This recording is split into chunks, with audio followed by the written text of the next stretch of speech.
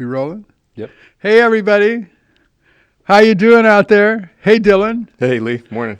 Here we are, man. We got the orange cat joining us The today. orange kitty's in the picture. Everybody's ready to go. Come back, orange kitty. Come back. Come back, big boy. Come back. He's looking at your shit. Anyway, hi, everybody. What can we talk about today? I was going to tell Janis Joplin's story, but I don't know if I'm in the mood to do that. Okay. I could do that. Get it out of the way. Hey, you mentioned it yesterday. Okay, the first time I ever saw Janis and Big Brother and those guys. So this is before I was out playing as Lee Michaels. This is when I was a little organ player in that band in Hollywood. Yeah.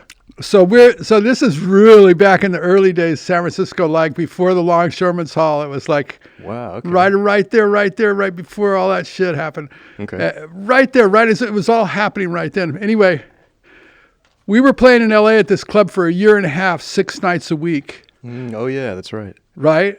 Yeah. 4 sets a night, man. Fuck, what a gig. Or 5 sets, I can't remember.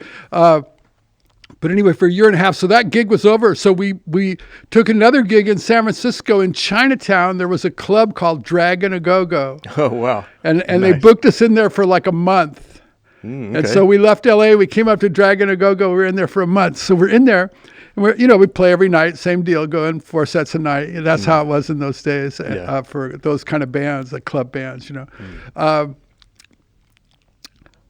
So they tell us, tomorrow this band's coming in to audition, the Chinese guy that has the club. He says, tomorrow band's coming in to audition. You have to move your stuff off stage because they're going to set their stuff up and do an audition for us. Okay, right. And so we say, okay, cool, no problem. So we thought, well, we better go down there and when they do the audition, because we don't want them to steal our shit, our equipment, You know how it is. Yeah, for sure. But there's going to be a band there with all their shit, and maybe some of our stuff will go missing. Yeah. So we go there, we don't know who the band is or anything about it.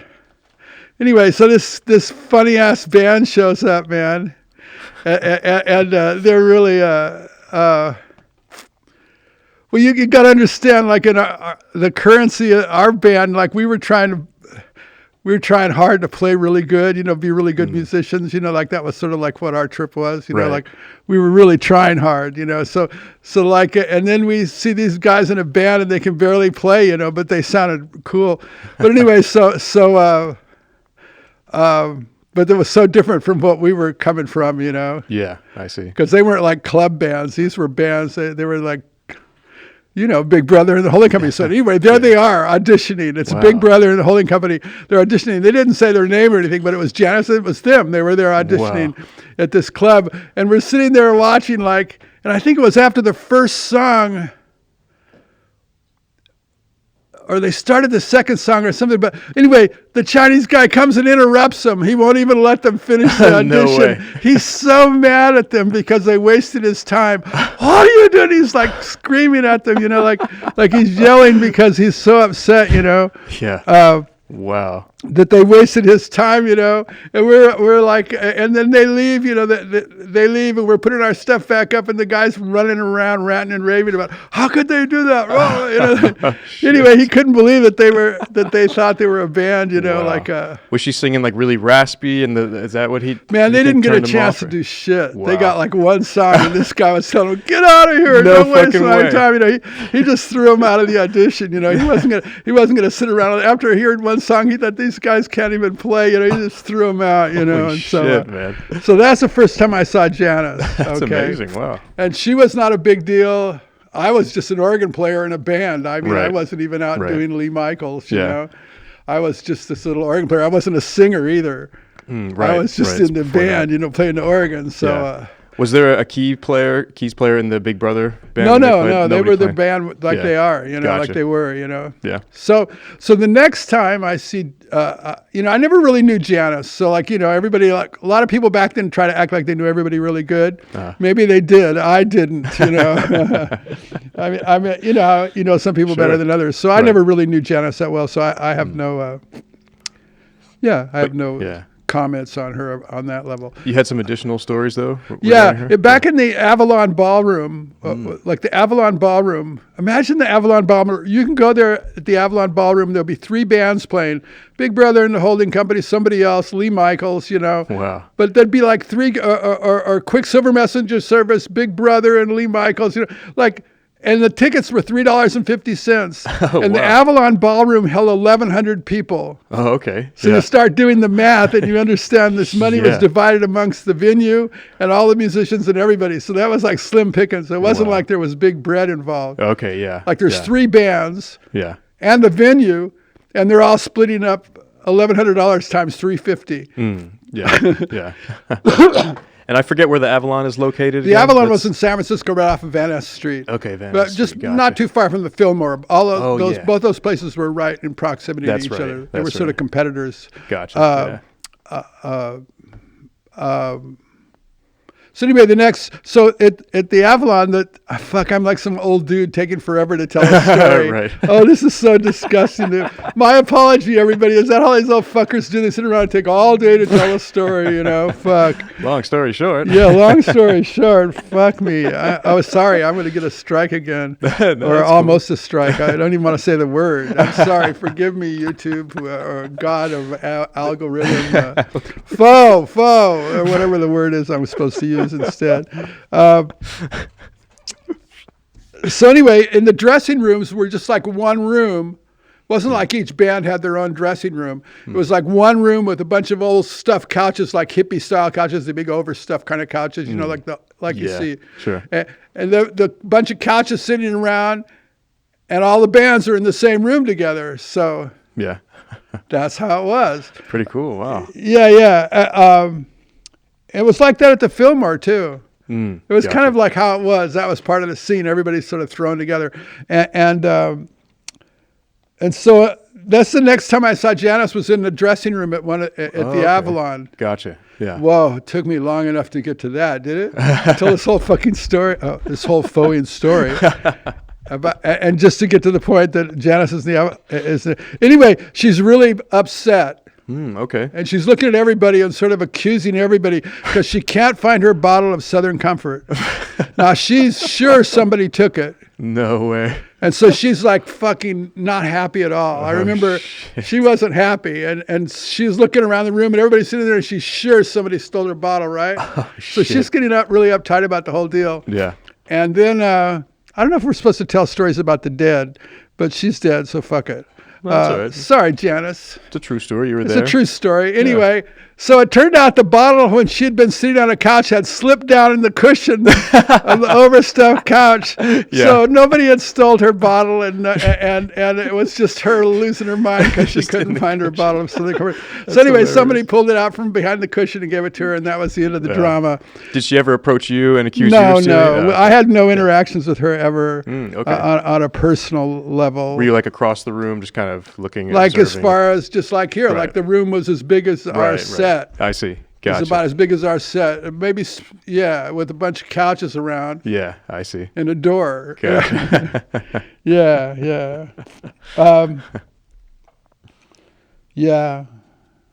Then I have one other Janis story, and this is an interesting story. Here I go. I'm going to be another old faux guy, an old faux-ing guy, telling another slow faux-ing story. Next time I saw Janis was in Philadelphia. Oh, wow. And she was a big deal, and her album had already been released, and that first album that was so famous for her, and she was a big deal, right? Yeah. And we were playing on a bill with her in Philadelphia at this giant place where they play hockey, indoor.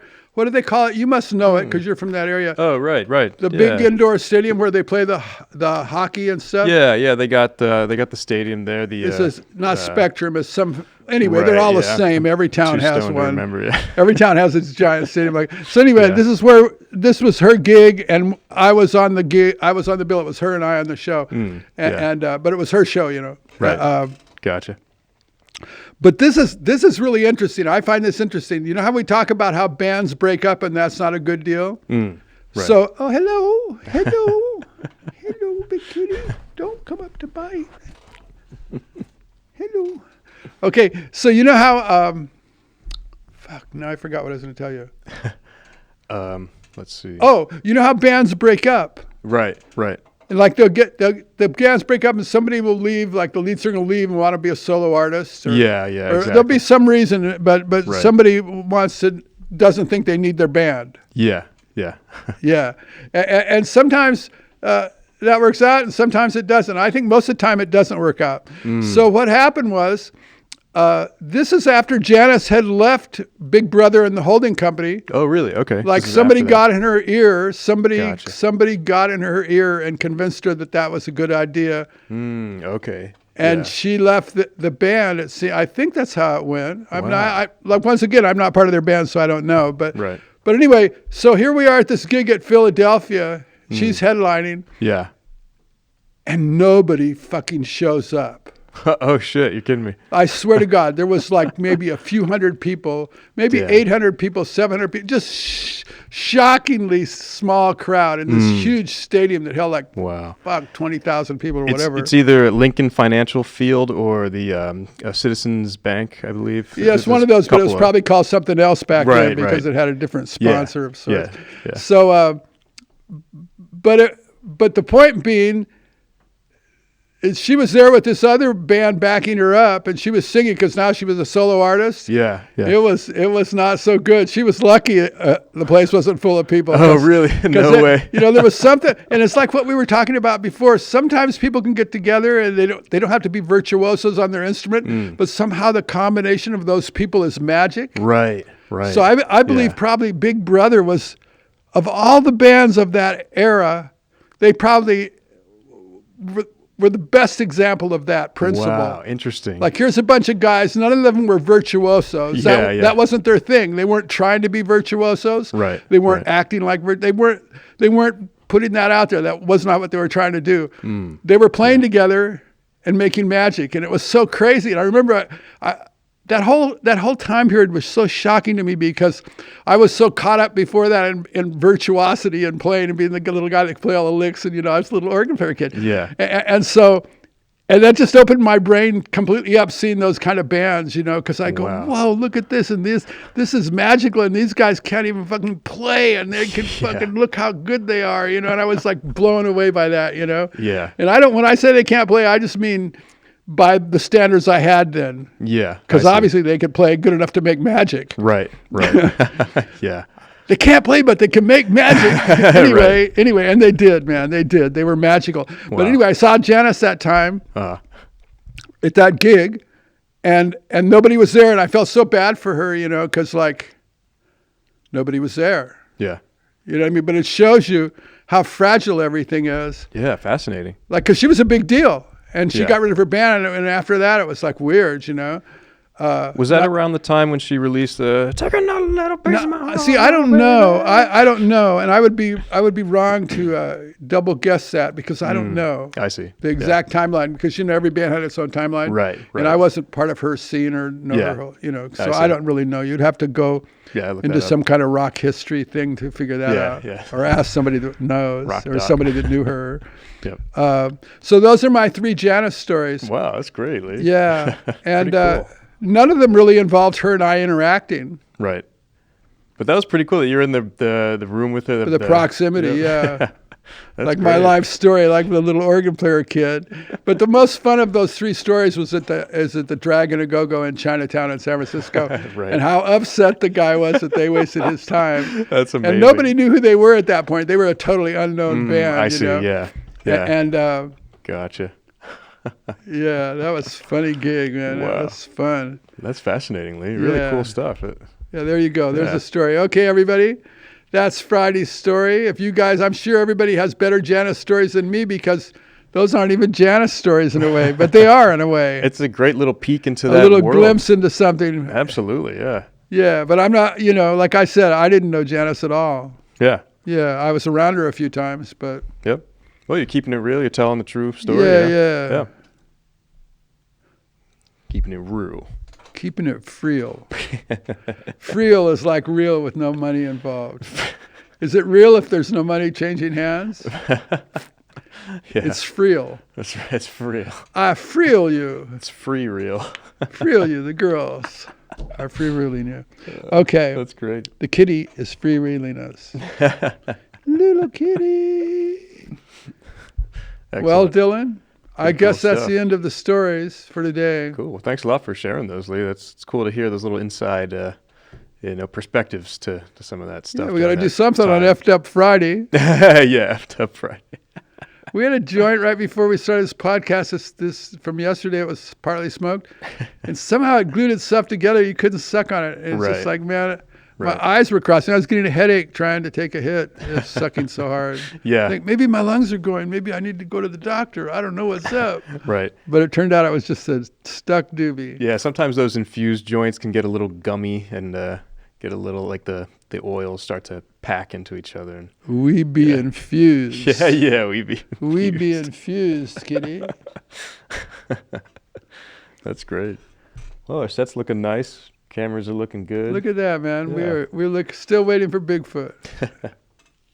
Okay, everybody, we're out of here. Have fun this weekend. Yeah. We'll see you all on Tuesday. Man, the weeks go by fast. Yeah, it should. This week, we spent the whole week talking about nothing. We're becoming professional nothing talkers. Okay, everybody. Dylan, great. We're going to get out of here really fast. Cool. 3, 2, 1, poof.